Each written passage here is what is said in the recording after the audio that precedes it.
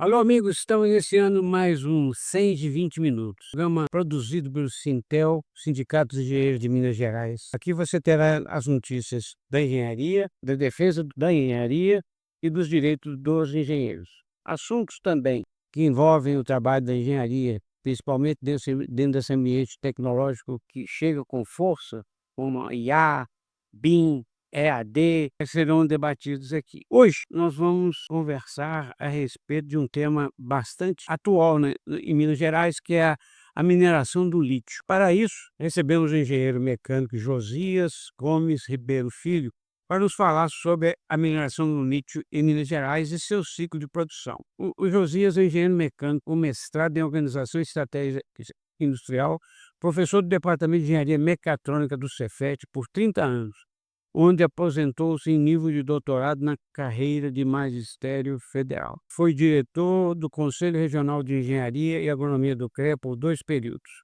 Diretor da unidade do Cefet nas unidades de Divinópolis e Nepomuceno. Atuou no ensino técnico de engenharia e da pós-graduação, vice-presidente da Associação Brasileira de Engenharia Mecânica e Industrial, ABMEC, por 3 gestões. Em 2017 a 2021, ocupou a primeira vice-presidência da Federação Nacional de Engenharia Mecânica e Industrial, com sede em Brasília. Atualmente é conselheiro do CREA e diretor do Sindicato dos Engenheiros de Minas Gerais. Na área de recursos hídricos e ambientais, é atualmente membro da Comissão da Bacia Hidrográfica do Rio Araçuaí e também do Rio São Francisco. Entre 2021 e 2023, atuou como membro titular do Conselho Estadual de Recursos Hídricos do Estado de Minas Gerais. Entre 2014 e 2018, colaborou como professor de Engenharia Ambiental do Cefet.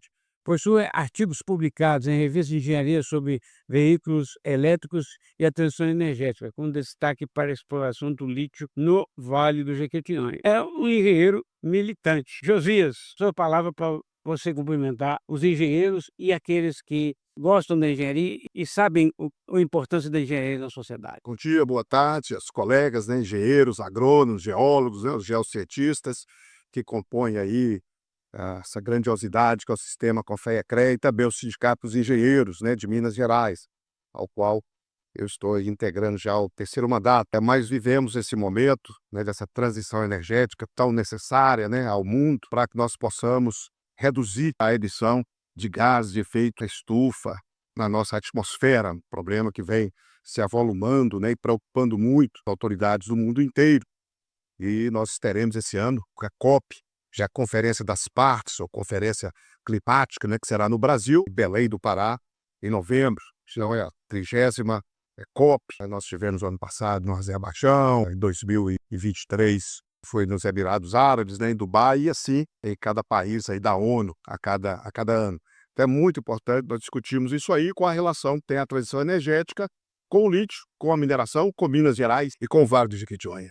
Beleza, dá para se ver no seu currículo e você é do Vale do Jequitinhonha. O Vale do Jequitinhonha é uma das principais jazidas de lítio. Poderia falar para a gente como é que anda essa mineração? Nós estamos exportando só como commodity, tem jeito de recuperar o ciclo ainda para a gente entregar produtos mais elaborados?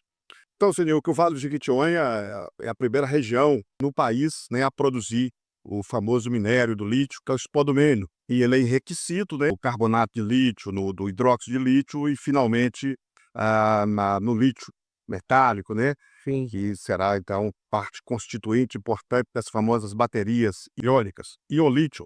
É. Muito bem, nós temos uma companhia, a Companhia Brasileira de Lítio, companhia eminentemente nacional, que explora o spodumênio no Vale do Jequitinhonha, na cidade de Araçuaí e Tinga, há pouco mais de 30 anos. E é importante destacar essa empresa, a Companhia Brasileira do Lítio, ela não só extrai o spodumênio, enriquece o spodumênio, ele chega a 5,5% a 6% de óxido de lítio, depois ela encaminha, né, transporta esse material enriquecido até uma planta industrial na cidade de Visa Alegre e ali é transformada em hidróxido de lítio e carbonato de lítio, que segue para a indústria farmacêutica, para óleos, para graxas, né? E atingiu, né? A empresa atingiu 99,5% de pureza. Então é o carbonato, é o hidróxido de lítio pronto para a fabricação das baterias. Entretanto, Cedil, essa produção lá ela é muito pequena, né? A indústria brasileira ela é muito pequena. E toda a exploração atual lá no Jequitinhonha era de 15 mil toneladas ano. Perfeito. E nós estamos saindo de 15 mil toneladas ano em 2020 para esperados 1 milhão de toneladas ano em 2030. Então, é um crescimento exponencial. O lado triste é que 95% dessa produção vai ser exportada em natura, Sim. pedra, spodumênio enriquecido, ao invés de ser convertido do hidróxido de lítio e do carbonato de lítio, né? O que agregaria muito mais valor, mais arrecadação, mais emprego, mais tecnologia para o nosso país. Claro que isso aí é uma política nacional, né? E o governo é que tem que estar alinhando essas questões. A indústria, a mineradora, ela produz e o preço está razoável, né? Hoje, para você ter uma ideia, uma tonelada de lítio está aproximadamente $800. Mas a mesma tonelada, se for de carbonato de lítio, ou hidróxido de lítio, ela já está $8.000. Então, você agrega valor, os preços, né, se incorporam. A agência reguladora do setor é a ANM. A ANM, né, Agência Nacional de Mineração. E é importante destacar, né, o Brasil é entre quinto e sexto maiores jazias de lítio, mas nós estamos em quarto ou quinto na produção. A produção brasileira hoje está próximo de 400 mil toneladas ano. Pra você ter uma ideia, quem produz mais é a Austrália, grande mineradora. A Austrália produz em torno de 2 milhões de toneladas ano de spodumênio enriquecido. E o Brasil poderá chegar a 1 milhão de toneladas já em 2030. Então, nós temos um grande potencial, né, uma grande capacidade de produção. Só em Araçuaí e Itinga hoje, a produção é de 300 mil toneladas. É uma produção bastante significativa. Se a gente converte isso no sais, né, no hidróxido, nós agregaríamos muito mais valor. Da sua experiência, o que você sugeriria em termos de planejamento político Estratégico para o Brasil? para o Brasil. Porque, na verdade, nós temos o lítio, já temos o nióbio algum tempo atrás, e estão chegando as terras raras. Como no caso do lítio, já tem um percentual de beneficiamento. Parece que no nióbio também tem, mas terras raras vai ser um desafio maior, Claro. porque parece que o minério das terras raras é 1 para 1 bilhão, ou seja, gasta mais energia.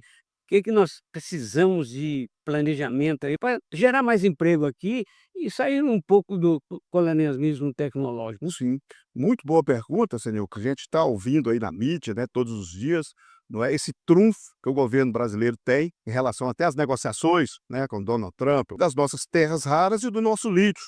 Nós não estamos falando só da carne bovina, Sim.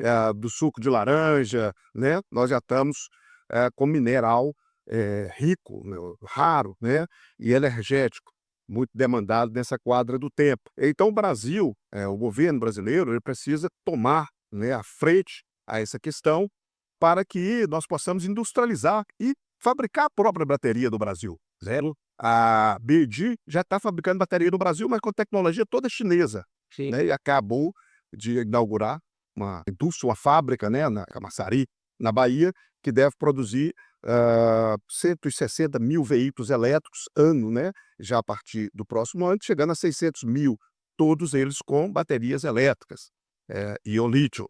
Sorte que nós precisamos de avançar nessa cadeia, né, de verticalização, né, da industrialização, porque o nosso minério. O lítio o minério vai para a China e volta para a Bahia para produzir, né? Vai para a China, né? A China é a principal consumidora do spodumênio enriquecido, que é o minério do lítio, do mundo. Ele faz o beneficiamento. Todo o beneficiamento lá, inclusive o que nós já sabemos fazer no Brasil, com é o hidróxido de lítio. Sim. Depois eles chegam ao lítio metálico e aí nós importamos as baterias. Então, há uma contradição aí. O Brasil pode e já tem know-how. Nós temos 30 anos que a CBL produz hidróxido de lítio no Brasil, mais especialmente no Vale de Jequitinhonha, a querida cidade de Divisa Alegre, ali já quase a caminho da Bahia. Por que não há esse incentivo? Nesse momento, há uma demanda muito grande e a empresa, as mineradoras, a maioria são chamadas mineradoras júniores, foram empresas que se estabeleceram, captaram recursos aí no mundo, adquiriram glebas e agora que elas estão se transformando em mineradoras. Sigma é uma júnior grande e já está produzindo 850 mil toneladas ano. A expectativa é que ela chegue a 2030 com 750 mil toneladas ano. Isso é mais do que um terço de toda a produção da Austrália, que é quem mais produz spodumênio no mundo. Mas ela já não é mais júnior porque ela se incorporou e ela se transformou numa mineradora. Mas ela começou a minerar em maio de 2023. Até então era uma empresa júnior. Como você tem a Atlas Lithium operando em Araçuaí, ela detém numerosas jazidas, né, com capacidade de já entrar em produção proximamente com 200 mil toneladas ano, mas ela não está ainda produzindo, tá? Ela é uma empresa júnior.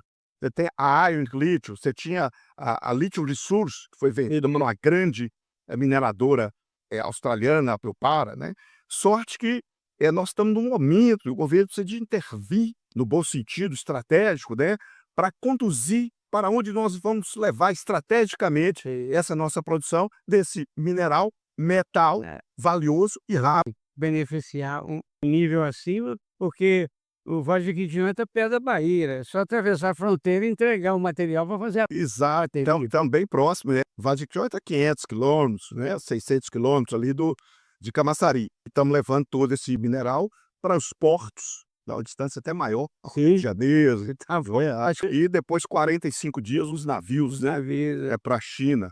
Então nós precisamos de uma ação governamental. E o governo brasileiro, inclusive, o BNDES hoje, ele é dirigido pelo o mercadante Aloysio Mercadante. é um grande brasileiro, presidente da BNDES, e tem um aporte de recursos dirigido só para as empresas, para a transição energética. Sim. Então a Sigma, por exemplo, ela está contraindo um empréstimo junto ao BNDES, 480 milhões de reais. Para quê? Beneficiar? Para ela, não, para ela fazer a segunda planta. Não é o beneficiamento aí, é o beneficiamento primário, Entendi. né? Que é você pegar o expor do meio com 1%, que é o que você retira do pegmatito, Sim. e aí você enriquece e ele fica com 6% de Li2O, que é o óxido de lítio, né? E é interessante que o pegmatita é a rocha. Ele não contém apenas o spodumene, ele tem também o feldspato, ele tem a mica, tem o xisto e tem mais um outro, são 5 componentes principais. E todos eles, inclusive, deverão ser beneficiados no Brasil.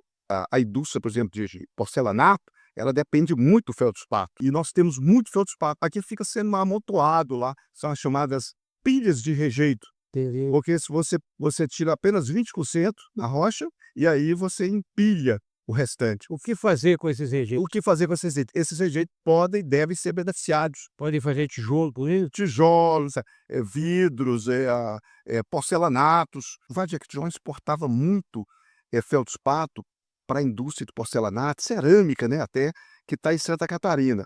E aí alguém perguntou uma certa vez, por que vocês não trazem uma indústria para cá, para o Vale do Jequitinhonha, de porcelanato? Porque a logística, né, o percurso é muito grande. Isso há 30 anos atrás, há 20 anos.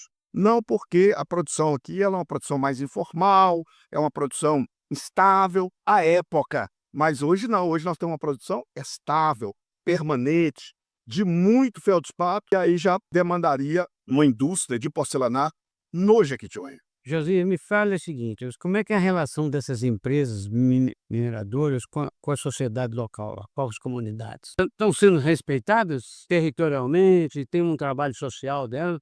Veja, primeiro gerou muitos empregos, né? Eu avalio que só a Sigma ela tem aproximadamente uns 1.000 empregos diretos, né? E uns 80% desse pessoal é da região, né? E os empregos indiretos são muitos.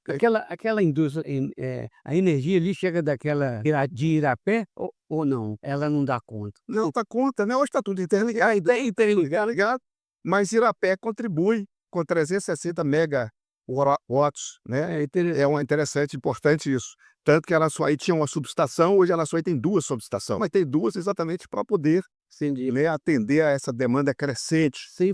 Nós recebíamos lá atrás, um pouco antes até da integração, costumava-se dizer que a energia vinha de Três Marias. É. A elétrica foi inaugurada em Araçuaí em 1973. E aquela região, pela insolação, tem um potencial muito grande de interligar uma planta fotovoltaica. Exatamente. Tanto que e lá tem a vantagem de ter uma insolação o ano todo. Araçuaí foi a cidade mais quente do Brasil, né, em 2023, com 44,8, mas ela figura como a mais quente da história de todo o Brasil.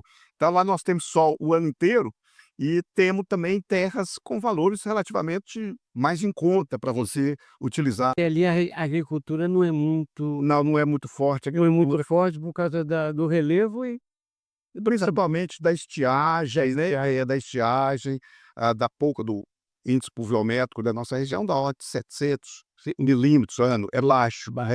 Então, temos criado criação de gado nas partes mais baixas, digamos. Eu vi que pelo seu currículo você tem uma experiência também em carros elétricos. Me fala das perspectivas da mudança desse ciclo combustíveis Então, fósseis, combustíveis fósseis pra carros elétricos. carros elétricos, né, Você acha que isso vai ser rápido? os chamados VEs, né? É. VEs, Electrical Vehicles. Veja, nós temos hoje aproximadamente 100 milhões de veículos elétricos no mundo, mas o mundo todo nós temos aproximadamente 1,6 bilhões de veículos. Então, para quem tem 100 milhões, já estamos no crescente. Em 2024, a produção foi de 20 milhões de veículos elétricos. O Brasil ainda não tem um projeto, né, de uma eletrificação tão intensa, mas nós temos, por outro lado, o etanol. Então, nós temos uma energia limpa, uma parte significativa. E a expectativa é que até 2035 todos os veículos sejam eletrificados na Europa, isso também em boa parte da Ásia, né, e na América do Norte, consequentemente também para o Brasil. É muito importante porque os veículos hoje, Senilca, isso contribui com aproximadamente 18% do dióxido de carbono que é lançado na atmosfera, Entendi. né? Então, é nessa transição energética, nesse esforço mundial, então a eletrificação dos veículos, ela tem um peso muito importante, uma contribuição muito grandiosa para a energia limpa, para a transição energética e para a redução. Porque hoje nós temos o lançamento de 35 bilhões de toneladas de gases de efeito estufa, né, na nossa atmosfera. Então nós estamos quase chegando numa situação de não retorno. Nós já temos 1,1 trilhões de toneladas de dióxido de carbono e outros na atmosfera, né? Então, há um esforço mundial para que a temperatura terrestre não ultrapasse 1,5 graus centígrados, tendo como base a Revolução Industrial. É verdade. Mas há estudos que dizem que pode chegar até a 3 graus, em média, acima do que nós tivemos em 1750. Isso é um colapso da Terra, né? Isso está aí mostrando esses nossos extremos climáticos. Dentro dessa conjuntura toda, como está a relação dessas empresas com as comunidades locais? Olha, seria, foi um impacto grande, né? Você sair de 15 mil toneladas para 300 mil toneladas ano, gerou muito emprego e a cidade não estava preparada e ainda não está se preparando para esses grandes desafios. O primeiro efeito foi dos aluguéis. Então, os aluguéis foram para as nuvens, né? Um barraco que antes era alugado por R$ 300, R$ 400, uma pequena casa em Araçuaí, passou para 2.000, né? Isso afugentou muita gente, né, que não tinha condições, vai para a zona rural, para a periferia, mas gerou muito emprego. Também a quantidade de veículos transitando na cidade ela é intensa, não é? A mobilidade urbana não teve nenhuma intervenção, mas isso não é culpa da empresa. Então o poder público tem que estar antenado nessas questões para ir buscando soluções. E uma outra questão é a saúde. Então nós temos um hospital ligado à diocese em Araçuaí, lá nós somos sede de diocese, e o impacto foi enorme, né? Porque a maioria desses empregados, dessas empresas, das empreiteiras e da mineração, eles têm um seguro, plano de saúde e têm até prioridade no hospital. Então isso impactou e não houve nenhuma ação governamental por parte, por exemplo, do governador, no sentido de ampliar o número de leitos, né? Ou criar uma estrutura, uma UPA. E tem as questões ambientais, né? A questão hídrica, por exemplo. Nós vivemos numa região semiárido, inclusive com perspectiva de desertificação. Chove muito pouco no município de Araçuaí, então nós temos que fazer a contenção das águas. Você tem que criar barragens de reservação de águas. E isso não aconteceu ainda. Entendi. Nenhuma reservação de águas. Está utilizando a água dos rios, Jequitinhonha, Araçuaí, e aí isso aí tem o esgotamento, isso que é uma exaustão. E há também questões ligadas a povos quilombola, povos originários, né? Então, nós temos que buscar toda essa engenharia da sustentabilidade, Entendi. porque eu sou uma pessoa absolutamente favorável e concordante com a mineração. Nós vivemos em Minas Gerais. Verdade. Eu sou um engenheiro mecânico, 40 anos de formado, e passei a vida toda lidando com os metais, projetando a partir dos metais. Agora o que nós precisamos é que haja uma extração e uma retirada dos minerais com sustentabilidade. Josias, queria que você desse uma mensagem aos nossos colegas engenheiros e demais pessoas que nos assistem.